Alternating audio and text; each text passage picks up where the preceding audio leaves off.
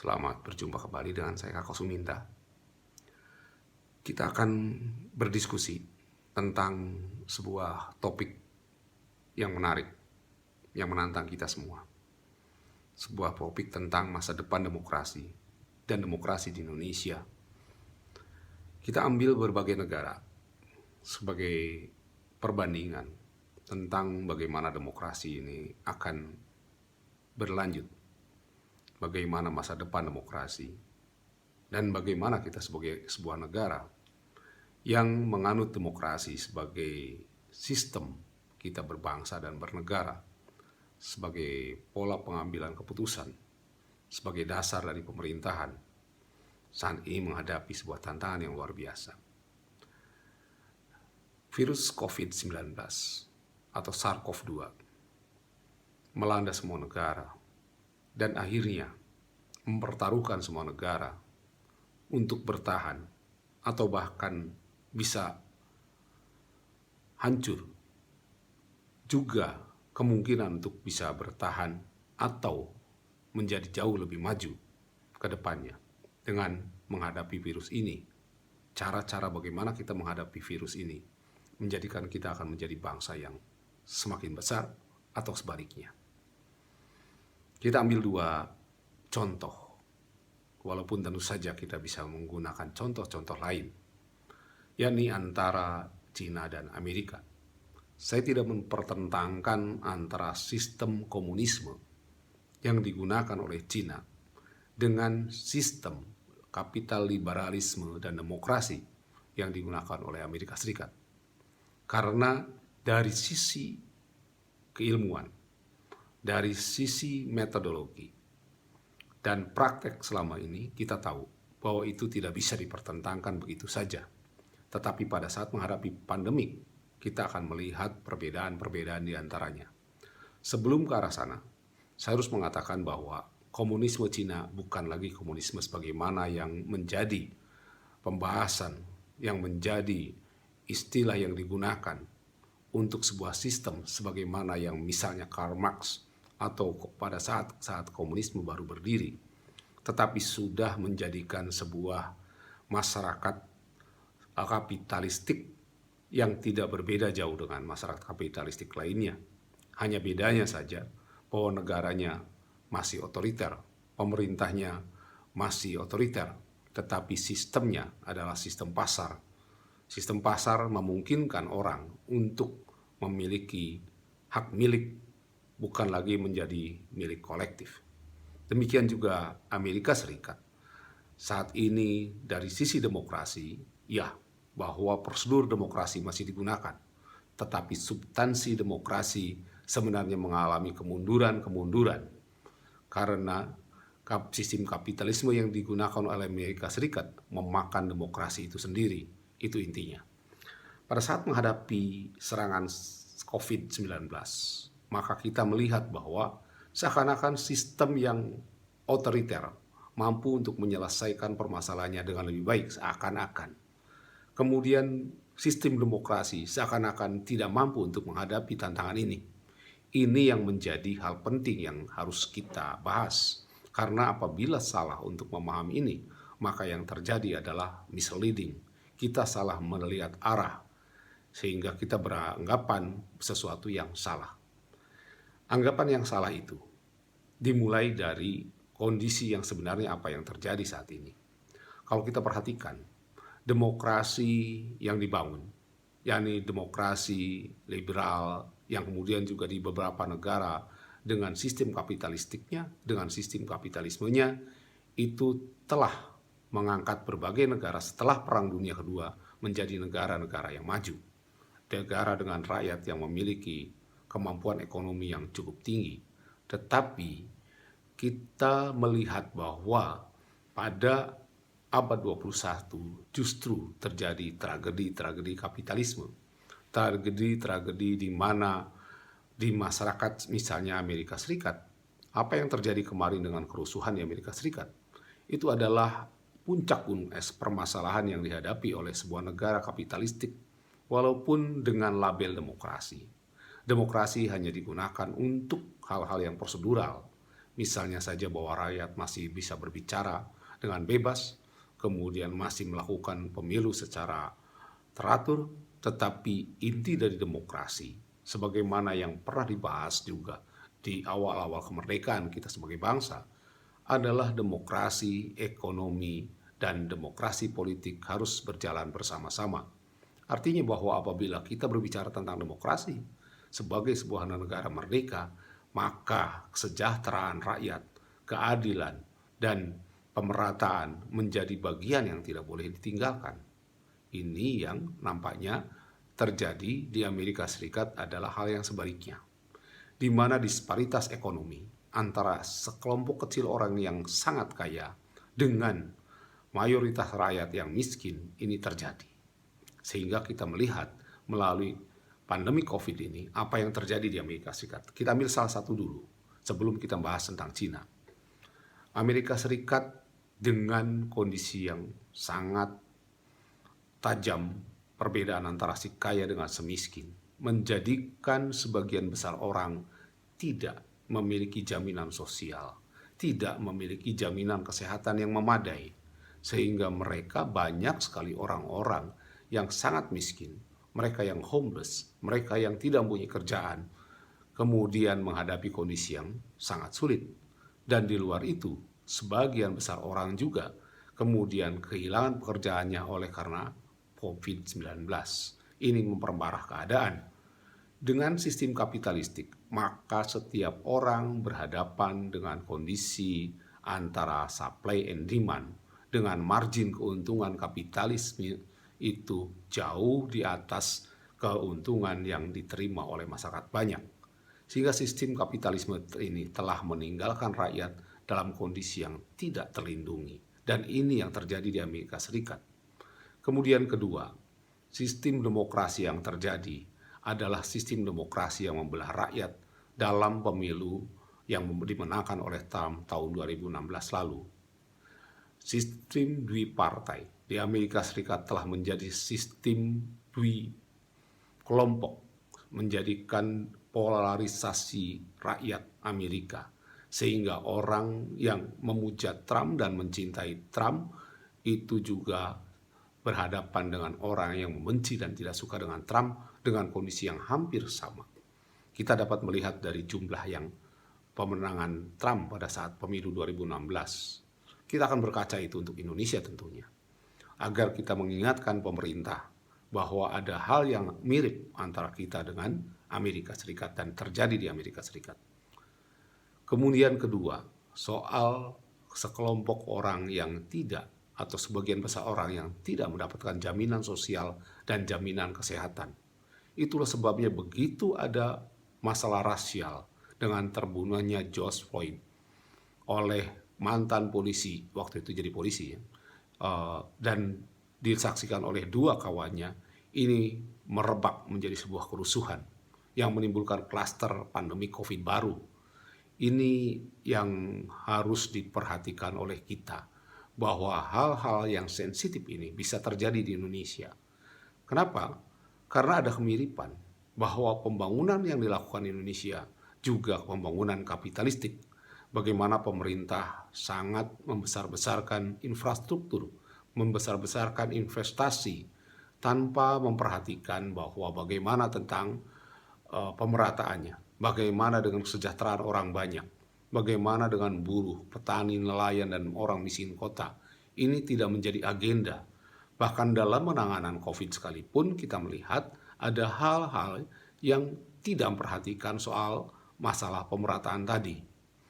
Kita akan lanjutkan. Apa yang terjadi dengan Cina? Kita tidak mudah untuk percaya begitu saja kepada Cina dengan angka-angka COVID yang kecil.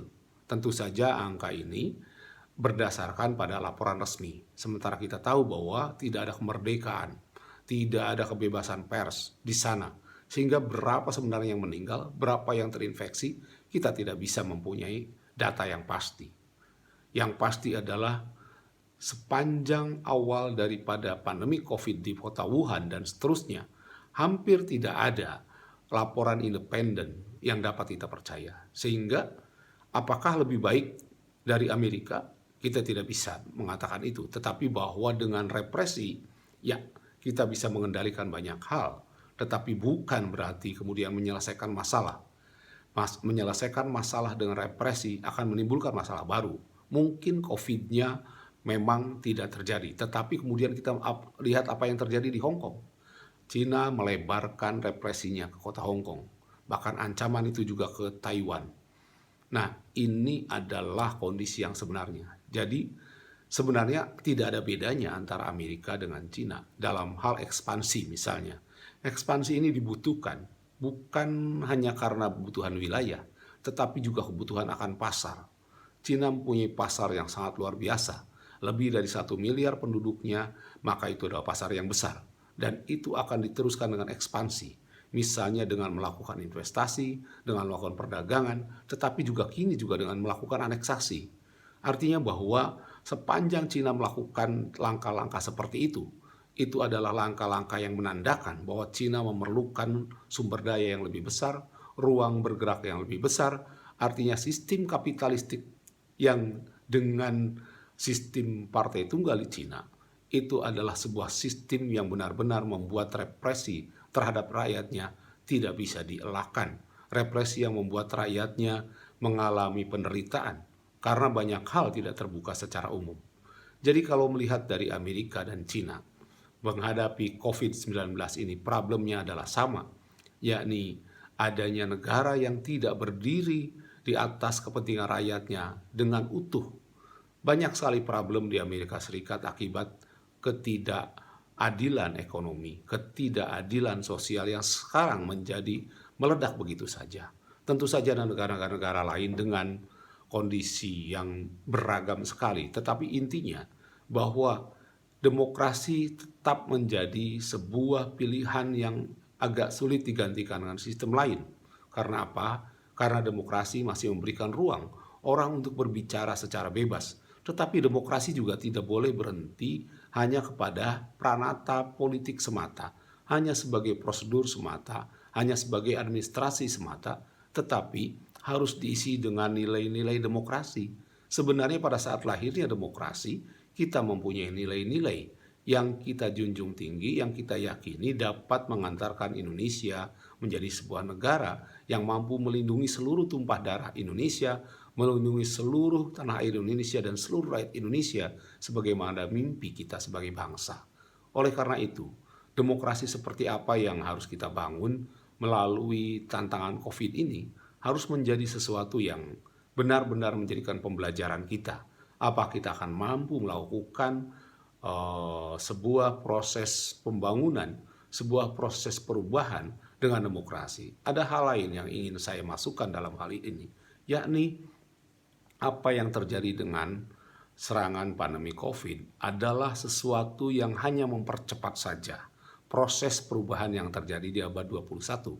Salah satunya adalah disrupsi teknologi. Keduanya adalah the shift of generation, sebuah perubahan generasi dari abad 20 ke 21, sebuah perubahan bangsa, sebuah perubahan dunia yang berbeda sekali dengan apa yang terjadi di abad 19 dan 20. Sebuah abad baru di mana perubahan begitu cepat terjadi. Misalnya kita menghadapi saat ini adalah berkaitan dengan kerusakan ekologi, kerusakan lingkungan, kemudian hubungan antar bangsa. Bagaimana kita menata hubungan antar bangsa, bagaimana kita menghadapi dunia yang mungil, yang kecil di tengah-tengah jagat raya ini, dan bagaimana kita menghadapi teknologi yang terus berkembang.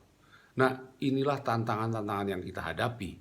Untuk itu nilai-nilai demokrasi harus mewadahi perubahan-perubahan ini, karena demos kratos adalah sesuatu yang menghargai manusia sebagai manusia, menghargai manusia seutuhnya, tidak boleh terpisah dan tidak boleh ada yang ditinggalkan dan tak boleh ada seorang pun yang tertinggal. Itulah yang menjadi nilai demokrasi. Nilai demokrasi ini harus menjadi bagian daripada seluruh upaya kita sebagai bangsa untuk menghadirkan kesejahteraan untuk seluruh rakyatnya.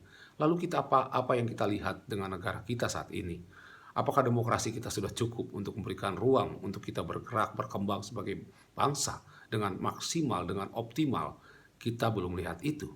Masih ada misalnya soal oligarki, sekelompok orang yang menguasai ekonomi, yang berada di puncak piramida ekonomi, yang cukup dominan mengendalikan banyak hal, termasuk dugaan bahwa hal itu juga mendominasi kelompok-kelompok elit politik, sehingga elit politik berada di dalam kungkungan elit ekonomi dan kemudian menjadikan rakyat kehilangan hak-hak demokratiknya. Nah, inilah yang terjadi pada saat ini. Pemerintah seharusnya menjadi sebuah sistem transfer sosial, sebuah sistem transfer politik dan ekonomi sedemikian rupa sehingga mampu membagikan kue nasional, membagikan ekonomi nasional untuk semerata mungkin, untuk seadil mungkin. Pada saat itu tidak terjadi, artinya ada yang salah dengan kita. Dan ini akan menjadi problem pada saat kita menghadapi pandemik. Seperti misalnya, pemerintah sudah kesulitan saat ini untuk menghidupi, untuk menjalankan roda pemerintahan, andaikan pandemik ini tidak bisa dikendalikan. Oleh karenanya, ini adalah waktu yang sangat krusial kita sebagai bangsa untuk bagaimana kita mengendalikan pandemik ini, sekaligus juga untuk memberikan ruang kepada seluruh sumber daya yang dimiliki, yakni rakyat Indonesia untuk mengembangkan diri, untuk menghadirkan diri sebagai pribadi, individu, kelompok, keluarga, masyarakat, dan kemudian menjadi bangsa yang mampu untuk menghadapi bukannya COVID-19, tetapi juga menghadapi masa depan. Masa depan sebuah bangsa akan ditentukan saat ini, di abad 21 ini. Apakah ia akan menjadi bangsa yang layak untuk terus hadir, bahkan lebih maju, ataukah menjadi bangsa yang rusak, bangsa yang hancur, dan bangsa yang mungkin saja musnah apabila kita tidak sadar. Di sini diperlukan kepemimpinan. Kemudian diperlukan juga kepercayaan. Dua kata itu, kepemimpinan dan kepercayaan. Leadership dan trust yang dibutuhkan. Apakah kita mempunyai leadership? Nampaknya kita belum memiliki leadership yang kuat. Apakah kita mempunyai trust? Kita juga mempunyai trust yang kuat.